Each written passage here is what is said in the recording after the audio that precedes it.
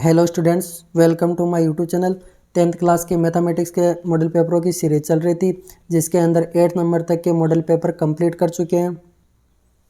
आज देखेंगे 9 नंबर का मॉडल पेपर। इन मॉडल पेपरों के अंदर पार्ट 1 को कंप्लीट कर रहे हैं, जो 32 नंबर्स का एग्जाम में पूछा जाता है। यदि आप 10th क्लास की प्रिपरेशन कर रहे हो तो वीडियो को एंड तक ज़रूर देखिए। क्वेश्चन नंबर फर्स्ट है, दिया गया है कि एच सी एफ की जो वैल्यू है वो कितनी है 78, और ये जो अंदर है वैल्यू ए और बी की वैल्यू है, ए और बी की वैल्यू है। हमें ज्ञात क्या करना है, एलसीएम ज्ञात करना है। हमें पता है कि LCM into H C F equal to A into B होता है। अब यहाँ पे देखो हमें ज्ञात क्या करना है, एलसीएम का मान ज्ञात करना है।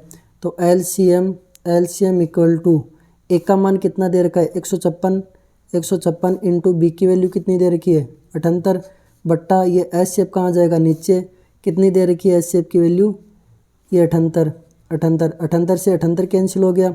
तो एलसीएम की वैल्यू कितनी आ गई है 156। एलसीएम बराबर कितना आ चुका है 156। कौन सी ऑप्शन में आ रहा है, ऑप्शन नंबर बी, ये अपना आंसर है।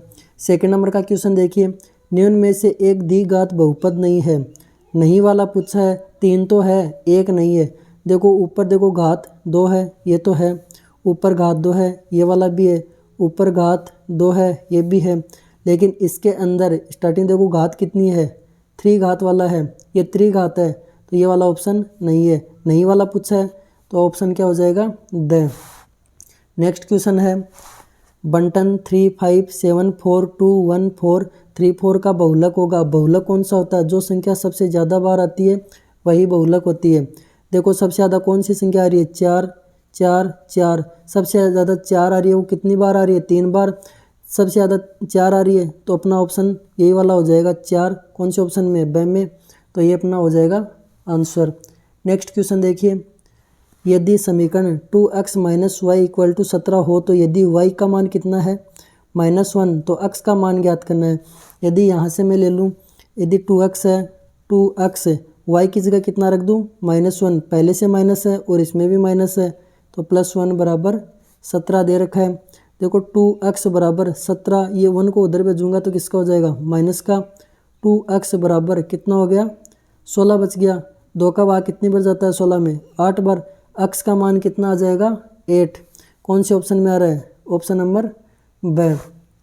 क्वेश्चन नंबर देखिए, ये 5th वाला, 16 पदों वाली समांतर श्रेणी, टोटल कितने पद है ए एन बराबर है 16 पदों वाली समांतर श्रेणी 2 5 8 11 का अंतिम पद होगा। अंतिम पद कौन सा होता है एन। देखो फॉर्मूला यहाँ पे ये पूछ रहा है, ए एन बराबर ए प्लस एन माइनस 1 डी। ये पूछ रहा है ए एन अंतिम पद कौन सा होगा, ये वाला पूछ रहा है। ए एन तो पहले से ही बता रखा है कितना है 16, तो यहाँ ए एन की जगह कितना रख देंगे 16। एन पदों वाली समांतर श्रेणी का अंतिम पद पूछ रहा है, इसकी वैल्यू याद करनी। इधर ध्यान देना, ए एन इक्वल टू 16, ये अंतिम पद बोल रहा है। अंतिम पद क्या 16 पदों वाली, टोटली 16 पद है, तो ए 16, एन का मान कितना है 16। ए 16 बराबर यहाँ पे ध्यान देना, हमें पूछा है ए 16, एन की वैल्यू है 16, ये वाली दे रखी है एन। बोल रहा है कि 16 पदों वाली समांतर श्रेणी 2 5 8 11 का अंतिम पद होगा, और 16 पद बोल रहा है, टोटल तो है 16, तो एन की वैल्यू कितनी हो जाएगी इसमें 16। ए 16 बराबर, ए 16 का फॉर्मूला क्या होता है ए, यहाँ से पता चल रहा है ए कितना है 2, ये वाला फॉर्मूला लगा सकते हो तो भी आंसर आएगा। या फिर ए प्लस 16 में से 1 कम करो 15 डी, 1 कम 15 और डी। यहाँ पे ए की वैल्यू कितनी है, ए कहाँ से स्टार्ट हो रहा है 2, यहाँ पे लिख दिया 2 प्लस 15 इंटू डी का मान, इनका अंतर कितने का चल रहा है अंतर 3 का, इनका भी अंतर 3 का, इनका भी अंतर 3 का, तो डी की वैल्यू कितनी हो गई 3, यहाँ पे लिख दिया 3 बराबर 2 प्लस 15 × 45, 45 से 2 कितने हो गए ए 16 बराबर 47। कौन से ऑप्शन में आ रहा है, ऑप्शन नंबर ए, यही अपना क्या हो जाएगा आंसर। क्वेश्चन नंबर देखिए नेक्स्ट, त्रिभुज ए बी सी की भुजाओं एफ बी एस सी पर बिंदु डी और ई इस प्रकार स्थित है कि डी ई समांतर बी सी है। क्या इसे लिख सकता हूँ मैं, यहाँ पे त्रिभुज इधर त्रिभुज ए बी सी बना देता हूँ। त्रिभुज ए बी सी बना दिया और इसके समांतर क्या है डी, ये डी और ई, बी सी के समांतर कौन सी भुजा है डी ई, एवं ए डी ये वाली भुजा 8 दे रखी है और ए बी ये पूरी भुजा कितनी दे रखी है 12 दे रखी है। यहाँ तक 8 है, ये पूरी 12 है। 12 में से 8 घटाओ कितनी बचेगी, बी डी कितनी बच जाएगी 4, 8 4 कितनी हो गई 12। आगे बोल रहा है कि ए ई कितनी है 12, सेमी है तो सी ई, ये सी ई ये भुजा ज्ञात करनी है हमें। तो देखो यहाँ पे आधारभूत अनुपात कितना प्रमेय लगा दूँ, ए बी बट्टा डी बी या बी डी बराबर ए ई बट्टा ई सी।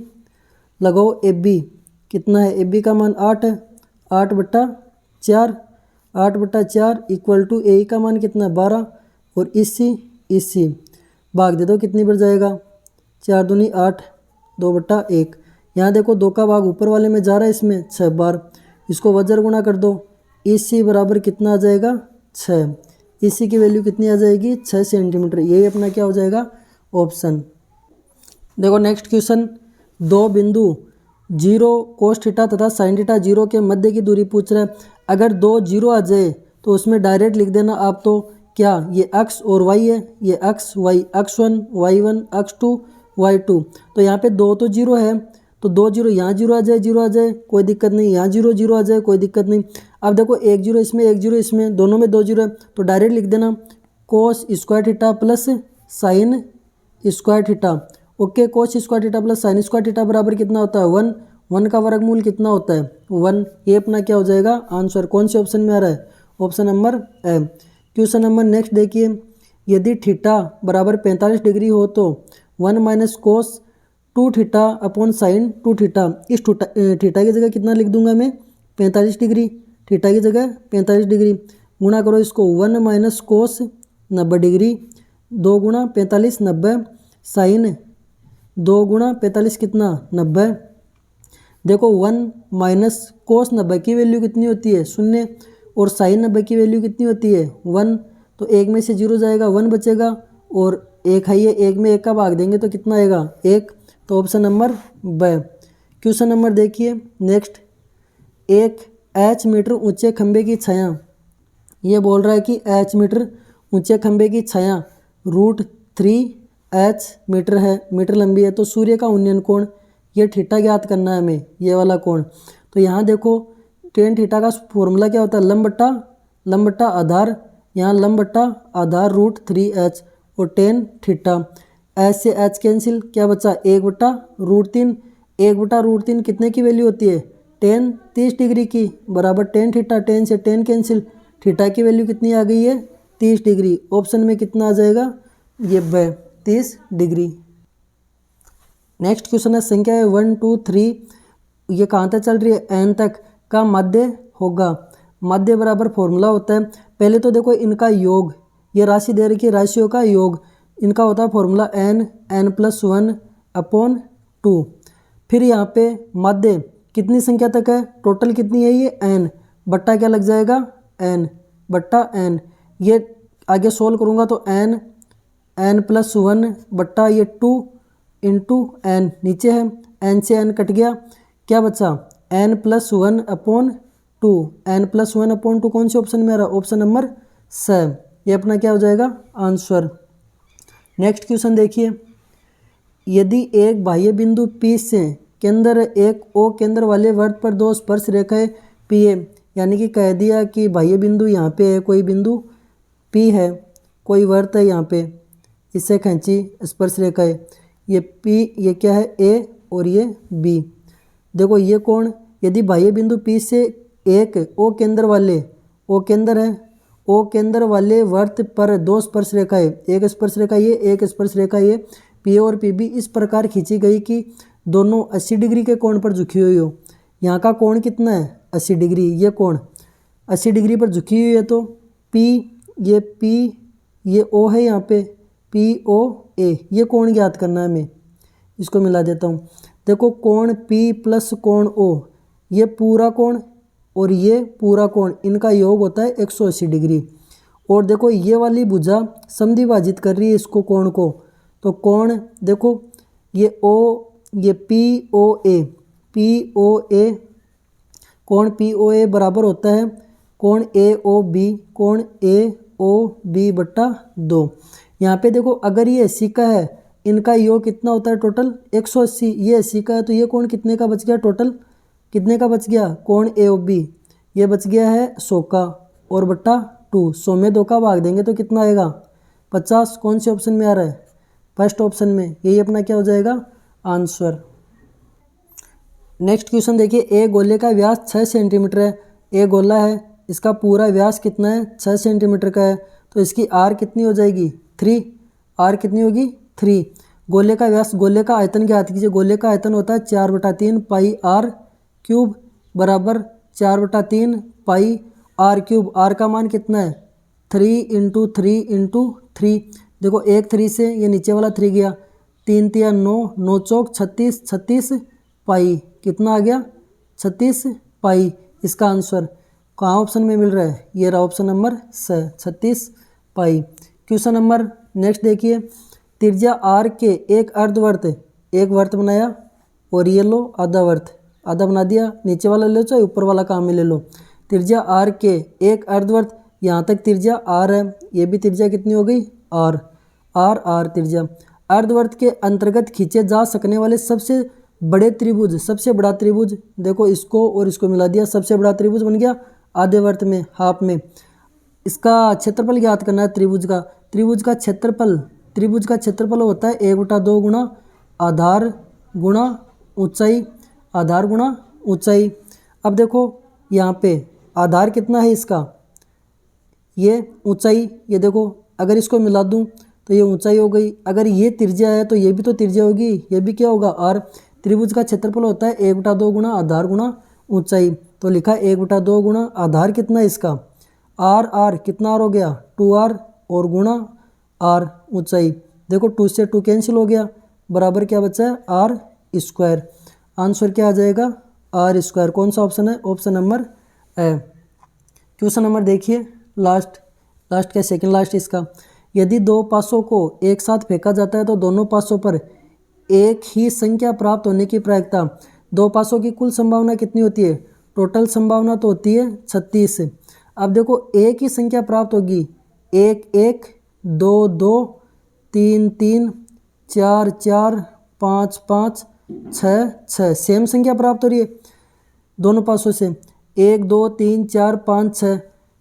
अनुकूल स्थिति कितनी है 6 और कुल स्थिति कितनी 36, भाग दूंगा 1/6। कौन से ऑप्शन में आ रहा है, ऑप्शन नंबर फर्स्ट, अपना यही आंसर हो जाएगा। नेक्स्ट क्वेश्चन है, यदि समांतर श्रेणी का प्रथम पद a बराबर कितना दे रखा है 5, a बराबर 5, पाँचवा पद कितना है 17 है, ये बोल रहा है कि a5 कितना है 17 है, पाँचवा पद 17 हो तो 5 पदों का योग ज्ञात कीजिए।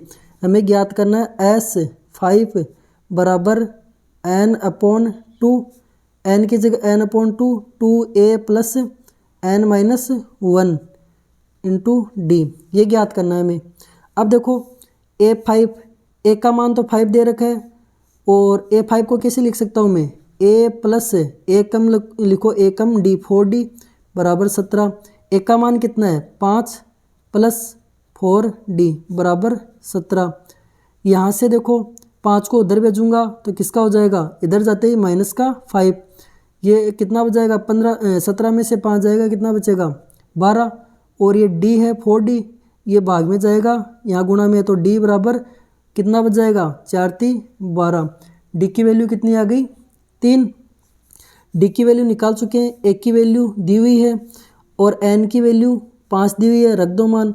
S5 बराबर 5/2, 2 × कितना हो जाएगा 5, एक की वैल्यू n का मान 5 है, 5 - 1 गुणा n की वैल्यू कितनी है 3, रख दो मान। S5 बराबर 5/2 × कितना हो जाएगा 10 प्लस 5 में से 1 जाएगा कितना बचेगा 4, 4 को 3 से गुणा करो, 4 × 12, कितना आ रहा है मान 5/2 गुणा 10 और 12 कितने होते हैं 22, 22 में 2 का भाग जाता है 11 बार, 11 को 5 से गुणा कर लो कितना आता है 11 × 5 55, यह आ जाएगा S5 की वैल्यू कितनी 55। ऑप्शन कौन सा आ रहा है, ऑप्शन नंबर ए, यही अपना क्या हो जाएगा आंसर। क्वेश्चन नंबर देखिए सेकंड का फर्स्ट, किसी श्रेणी का प्रथम पद ए दे रखा है 2 और सार्व अंतर डी दे रखा है 3, तो हमें क्या ज्ञात करनी है, समांतर श्रेणी एपी ज्ञात करनी है। प्रथम पद 2, इनका अंतर कितने का 3, 2 में 3 जोड़ो कितना आता है 5, फिर 5 में 3 जोड़ो 8, 8 में 3 जोड़ो 11, 11 में 3 जोड़ो कितना 14, 14 में 3 जोड़ो कितना आ जाएगा 17, ऐसे जोड़ते जाओ, ये अपनी क्या बन जाएगी सीरीज, ये इसका क्या हो जाएगा आंसर। नेक्स्ट क्वेश्चन देखिए, tan 30 डिग्री tan 60 डिग्री का मान होगा, टेबल में देखो tan 30 का मान कितना होता है 1/√3 इंटू tan 60 का मान होता है √3, √3 से √3 कैंसिल, बचेगा कितना 1, ये अपना आंसर हो जाएगा। देखो एक वर्त को उसके व्यास के इर्द गिर्द, पहले तो वर्त बनाओ, वर्त का व्यास ये बना दिया, वर्त के व्यास के इर्द गिर्द यहाँ व्यास है, इसके इर्द गिर्द घुमाने पर ऐसे घूम सकता है, ऐसे घूम सकता है, ऐसे घूम सकता है, तो घुमाने पर प्राप्त ठोस की आकृति एक गोला ही बनेगा, पूरा गोला है, और घुमाने पर भी व्यास के इर्द गिर्द घुमाने पर भी क्या बनेगा गोला, तो आंसर क्या हो जाएगा, घुमाने पर बनी आकृति क्या होगी गोला, आंसर है ये। यदि प्रेक्षण x1 x2 x3 xn तक चल रही है, बारंबारता f1 f2 f3 fn तक चल रही है, तो समांतर माध्य होगा, माध्य समांतर माध्य x बार बराबर summation f x upon summation f, ये माध्य का सूत्र है, ये अपना क्या हो जाएगा आंसर। नेक्स्ट देखिए, किसी श्रेणी का सर्वाधिक बारंबारता, सबसे अधिक बारंबारता किस में आती है बहुलक में आती है, ये इसका आंसर हो जाएगा। दीर्घ वर्तखंड का क्षेत्रफल होता है, दीर्घ वर्तखंड का, ये देखो वर्त है, वर्त के अंदर ये क्या होता है दीर्घ वर्तखंड, और ये कौन सा होता है लघु वर्तखंड। यदि पूरे वर्त में से पाई आर स्क्वायर, वर्त का क्षेत्रफल क्या होता है पाई आर स्क्वायर, पूरे वर्त में से अगर मैं ये निकाल दूं, लघु निकाल दूं इतना हिस्सा, तो कितने का बच जाएगा दीर्घ वर्तखंड का, तो निकाल दो माइनस लघु वर्तखंड का क्षेत्रफल, या लिख सकते हो आप पाई आर स्क्वायर माइनस लघु वर्तखंड का क्षेत्रफल क्या होता है थीटा बट्टा 360 pi r square minus r square बट्टा 2 साइन थीटा, ये वाला लिखो चाहे ये वाला लिखो, दोनों आंसर सही है। नेक्स्ट क्वेश्चन देखिए, नेक्स्ट क्वेश्चन है 52 ताशों की गड्डी में से एक कार्ड निकाला जाता है, इसके काले रंग का मुख्य कार्ड मतलब चित्र वाला कार्ड होने की प्रायिकता बताइए। टोटल पत्ते कितने होते हैं, टोटल पत्ते होते हैं 52 में से लाल होते हैं 26 और काले कितने होते हैं 26। किसकी बात कर रहा है काले वालों की, तो काले में कितने होते हैं 13 चीड़ी के होते हैं और 13 हुकुम के होते हैं। अब 13 में भी 3 पत्ते होते हैं चित्र वाले, और इन 13 में भी 3 पत्ते होते हैं चित्र वाले कौन से गुलाम बेगम बादशाह, ये 3 ही होते हैं, इक्का चित्र वाला नहीं होता, गुलाम बेगम बादशाह ये 3 पत्ते होते हैं।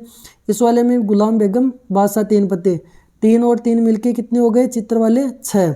काले रंग में है ये, काले रंग के कितने हो गए 6, तो लिख सकता हूँ 6 बट्टा टोटल कितने पत्ते हैं 52 बराबर भाग दे दो 3 बट्टा 26, ये आपका क्या हो जाएगा आंसर।